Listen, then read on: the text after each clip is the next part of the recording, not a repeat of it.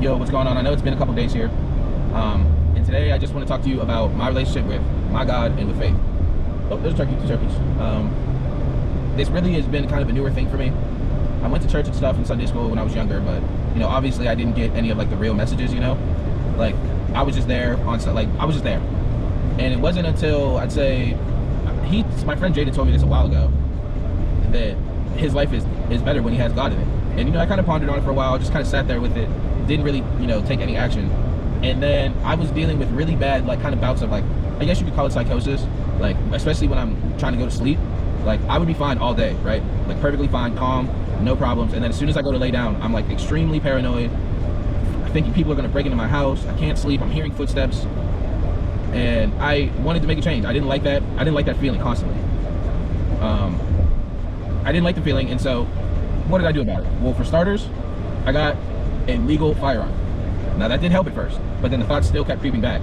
You know what I mean? Because my whole point on it was, well, if I'm in a dead sleep, and I feel like I would wake up. I have a long hallway in my house before you even get to the house, so it's like I would hear something, I'm sure. But if I'm in like super deep REM sleep, maybe I don't. Just an off chance that I don't. I still am like, well, what if they catch me and I'm dead asleep and then I'm just stuck? So a gun isn't that useful if I'm still just asleep anyway, right? Because I can't control how in sleep I am or not. And one thing I started to do is I started to lean into my faith. I had been, like I said, pondering on it, and I just didn't want God and religion to be performative for me. I didn't want to do it just to like save my skin. Also, part of the reason was dealing with my own mortality. I've definitely been thinking a lot more about what happens after we die, especially in recent events and how the world's been looking recently. Like I was scared to die because I felt like I was going to go to hell. And not to say that I've never been baptized. I've never repented for my sins. Like I've never done a confession. Like never, right? I'm just leaning into God in the last couple months or so. And I've learned a lot, and I feel like it's helped me grow. A lot of that fear has washed away from me because I trust my God's plan for me, right? And so I just want to talk about it, not for the sake to make other people do it, but just to share my own experience, right? Because like I said, these, whatever you want to call my mental health issues previously, they were really not good. Like this was every night I'm having to like damn near sedate myself to go to sleep, right? You shouldn't have to do that. I should be able to go to sleep sober and not be paralyzed with fear, you know? And granted, I've struggled with this with nighttime in general my entire life. Like I was scared of the dark as a kid, and whatever that means for me, you know, YouTube psychologist, fill in the rest of the gas, whatever that means, that's what I meant. And so I've always dealt with darkness because the darkness to me is not, because it's dark, it's the unknowing, right? I'm scared of the unknowing. And that also is why I started to lean into my faith, because it answers some of the questions that I had been longing for.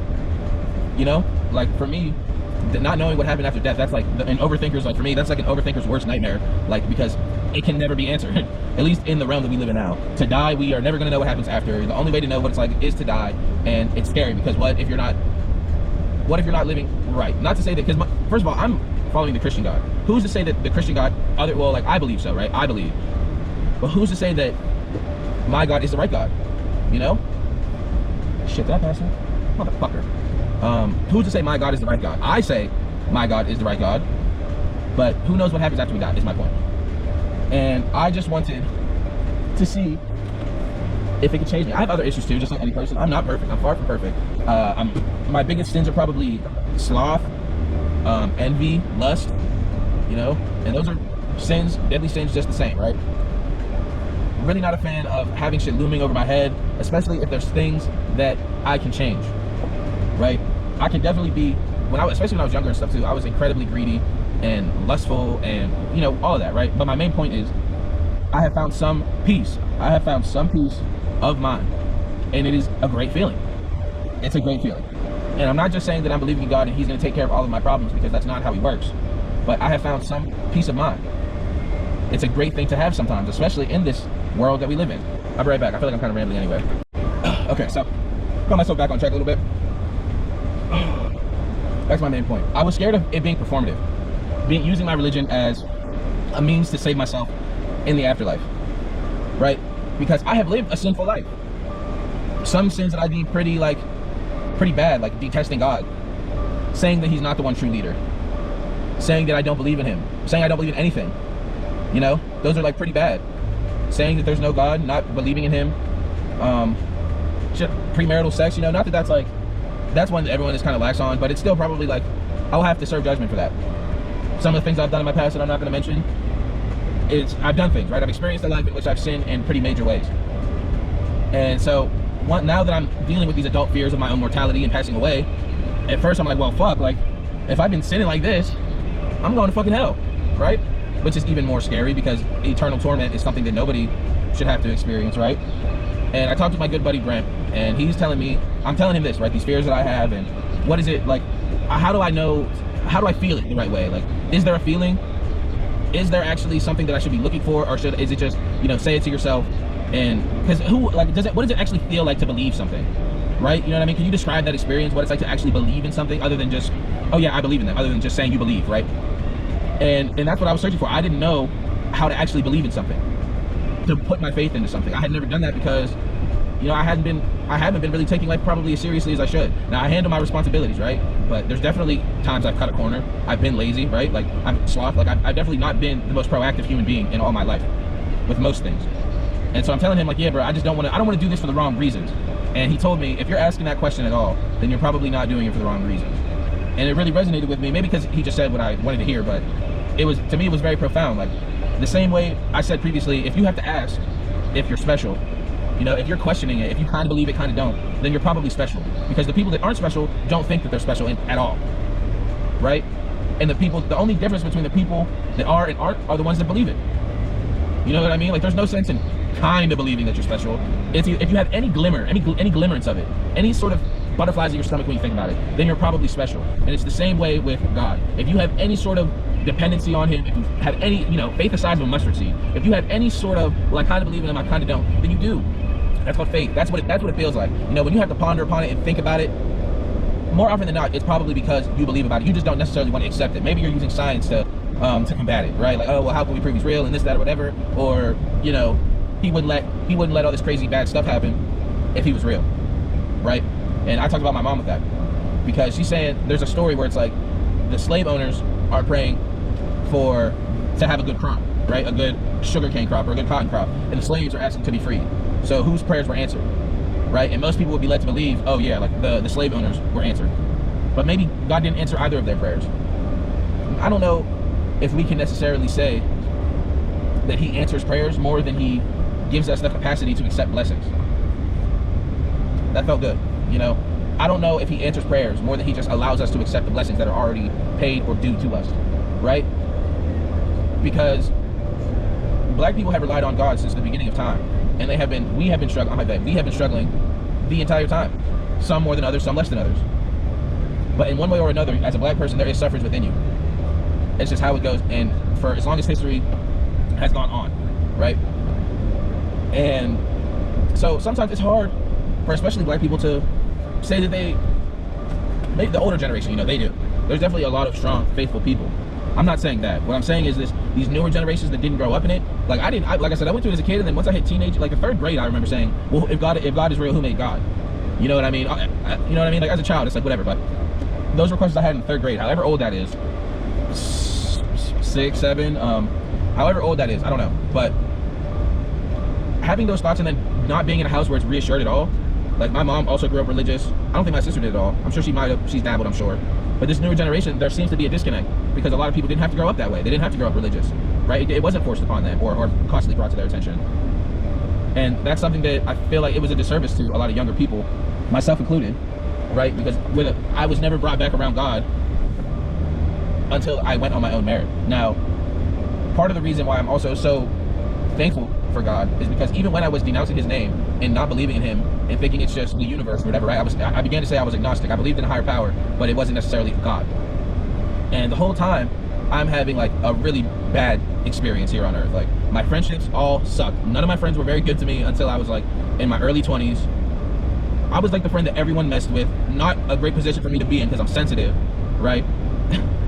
Bad experiences, bad relationships, because sometimes I can't blame I feel like God doesn't, your family is your family, but God shows himself to you through your relationships that you make and the people that you meet.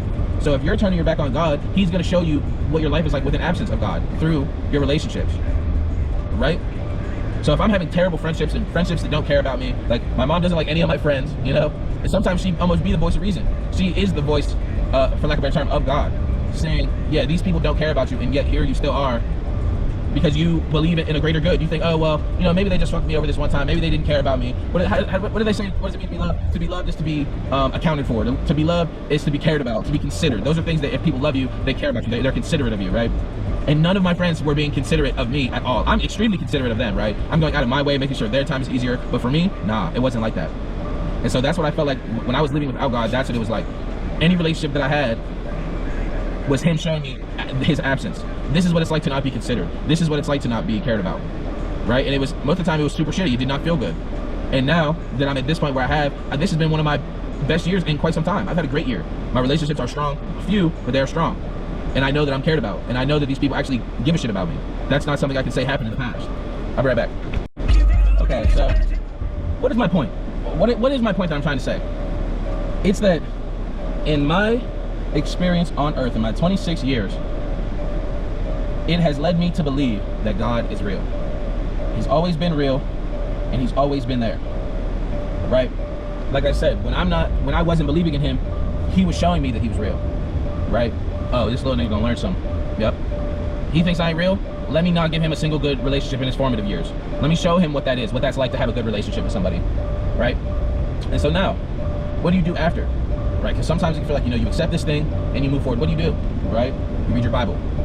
I've gone to my first service. I went there alone. I sat in the corner. I paid to the church. Not that you have to, but I did because I could. And I enjoyed the service. And you know what? My first service that I've been to in over 10 years, over 15 years, it was about fear. It was about being a performative Christian, right? And that really led me to believe. That really locked it in for me. That really said to me, wow, out of any Sunday that you've missed, that you said, oh, I'm gonna go and and the one that you actually did is like that, right? Right. And even when I was in college and I was super depressed and broke and I would constantly, even though I wasn't believing in God, he still blessed me. I was crying to the heavens for my calling, right? I'm constantly, what am I doing with my life? Can I have something to do? I know I would be good at it. I just need something to do. I just need something to do. That was my biggest plight. And even without me knowing, he still gave it to me. But I had to go through the hardest thing of my life, which is have a child and then be removed from that child. He had to put me through the two hardest things I've ever experienced in my life before he gave me what my actual calling was. Isn't that something to think about? It blows my mind. He said, I'm gonna gear you up for this, right? I'm gonna take everything away from you, and when you have nothing, then is when you will find what you really want. And only then, when you have nothing, that's when you will find it. And I'm grateful for that. I'm grateful for the hard times. I'm grateful for the suffrage, because it had to happen, clearly. Even in the last couple years, right? I have all these bad relationships, right? And what does he do? He's cleaning house. I'm no longer around them. Situations change. I don't see them very much, if at all. We don't talk as much anymore, right? Isn't that crazy to think about? He showed me what a bad friendship was, and now we're in the stage of removing them. And so only to follow, logically, is good friendships, which has happened. Few but strong, once again. In the words of Joey Diaz, you just need 3 bad motherfuckers.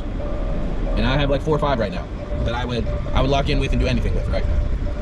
And me and my friends, we just now recently started talking about it more, being more open about it, you know, faith and religion and stuff of the sort. But it never is from a perspective of trying to get you, we're not trying to put you onto religion. We're just sharing openly in our experience, which is really all it's about. It's not your job to spread the gospel. I feel like that would be against God's word. Yes, right. Don't share his gospel, share yours, your own personal gospel. What does it mean to you? Right? Don't tell someone about your religion or your faith for the sole purpose to try to convert them, because that's not your job.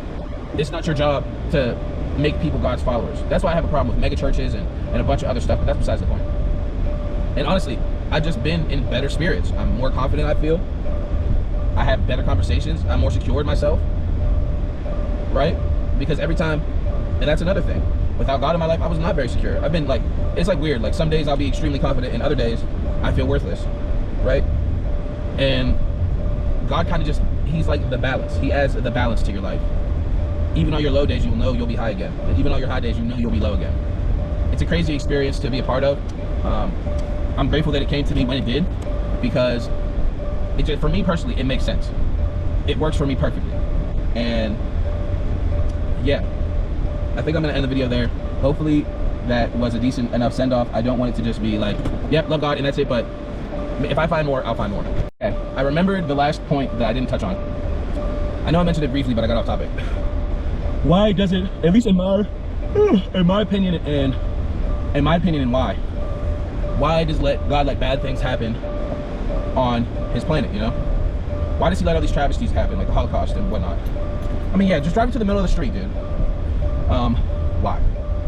I believe, because the story that I gave, just to resurmise, is, you know, slave owners are praying for a good crop, slaves are praying for freedom. Which one seemingly got answered? And I said, neither. And I feel like it's because, it's almost like when you were a kid, and you have something, right, that you're dealing with and battling with, and your mom is like, well, if I deal with it, you're not gonna fucking like it. If I gotta deal with it, you're not gonna like what happens, right? And you're like, well, shit, never mind, then I'm gonna just figure it out myself, right? That's almost what God is. He's almost in that well, in this instance, obviously, would be father, but, well, he can be anything. I don't see God as a man just because I'm a man. He could, realistically, he's not human at all. He's something, right? Jesus was a real person, but God, he's shown to us as a man because of whatever reason. But whatever, my point is, God's wrath is not one to play with. He's not just gonna make these niggas, you know, lose their money or whatever. There's gonna be plagues and shit. You know what I mean? We're not gonna like what God has to say about what we've been doing down here if he were to come down here and figure it out. Because realistically, it's gonna end with bodies. If we're being dead ass, it's gonna end with bodies. And a lot of them. And a lot of them. And a lot of them. Right? And so that's why I look at it. We're almost like an ant farm. You know what I mean? It wouldn't functionally work. We wouldn't be humans if God answered our prayers. He gives us the capacity to let us accept blessings is what he does. And he also gives us the ability to turn blessings away and then be spited for it. You know what I mean? We don't want God to fix our problems. We have to fix it ourselves. And how do we do that? By following Christ. By living a righteous path. Helping thy neighbor. Loving thy neighbor. Right? That's how we do it. Because, once again, we're not going to fucking like it when God comes and fixes the problem. The rapture. Right? A lot of people are not going to be happy when the rapture happens. Almost no people will be happy other than the people that were saved. Those are the only ones that are, you know what I mean? Like, we're not going to like if God comes down here and sorts out our problems for us, because they're not, his problems are so far beyond ours. Humanly, problems are not for God to deal with. It's because we let the people that take and steal and pillage run everything because they can, because the people, to be fair, people with good hearts are fairly weak. Name me one person that's as ruthless as they are kind. You know what I mean? Extremely kind, but also extremely ruthless. Those two things just don't cross well. They just don't mesh. Because how could you be ruthless and yet kind at the same time? I'm sure it's possible. There is no such thing as an absolute, right? There are the outliers, there are the extremes. But in common human behavior, very rarely is there ruthless and kind people. Because to be kind, you have to have an immense amount of empathy. And to be ruthless, you have to not have any empathy. So these two things are antonyms. They cancel each other out almost. Right? And I think it's really more on it's on us, man. If we want to fix this shit, it's on all of us. Call people out on bullshit. And nobody ever wants to do that. Even in your own internal relationships. This is something I've dealt with having bad friends, is having friends that clearly don't care about you. Start saying something. Say something, man. I don't know if you care about me. You know what I mean? Do you care about me? Do I just benefit you through money or social status or whatever? Am I just a benefit to you? If I didn't offer you anything, would you still care for me? Start having these uncomfortable conversations, because at some point, the uncomfortable conversation is going to be had in its worst state. Nip it in the bud, have these uncomfortable conversations, right? Really start to take accountability for who you surround yourself with and what you allow in your life. Because that shit will just eat you up inside. It'll drive you crazy. It ended drove me crazy. I have all these people in my life that don't give two fucks about me, and I'm going out of my way, and I'm taking a lesser, and I'm letting them bully me and be mean to me every day. At some point, you have to take accountability and say, it's not their fault, it's my own for allowing it to happen. If I don't have a fucking backbone, you can't be mad at the people that walk all over you. That's just not how it goes. Even your own family. If they're not showing that they care about you in any way, and you are allowing it to happen and still going out of your way for them, that's not their fault, it's yours. Accountability is incredibly important in everything. If you can't be held accountable for your actions, what can you be held to? How can you be held to any sort of standard if you can't take accountability? And that's a conversation for another day. But my main point is, it's not really, in my opinion, having faith in, because that's what I call it. I don't say religion, like today was just for sake of conversation. I don't call it my religion, I call it my faith. Because that's information, all that matters. All that matters is your faith. If you have faith the size of a mustard seed, you can move mountains, right? If you doubt God or Jesus Christ for a second, he would not allow you to walk on the water. He's told the story.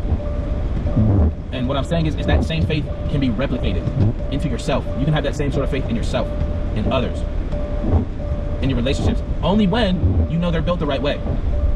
It's a lot easier to trust and have faith in something when your relationship with it is strong, it's durable, the foundation is solid, because you took the time to make the relationship solid, the foundation solid, by having the uncomfortable conversations. And so what if you fart during it because you're nervous? At least it was had. At least now it's brought to someone's attention. You can't have all these issues. It's something that I struggled with. You can't have all these issues and never bring them up to anybody and think, man, these people don't care about me. They don't know that you're hurting. So that's going to be the video for today. Hopefully you learned something from it. Have a blessed day.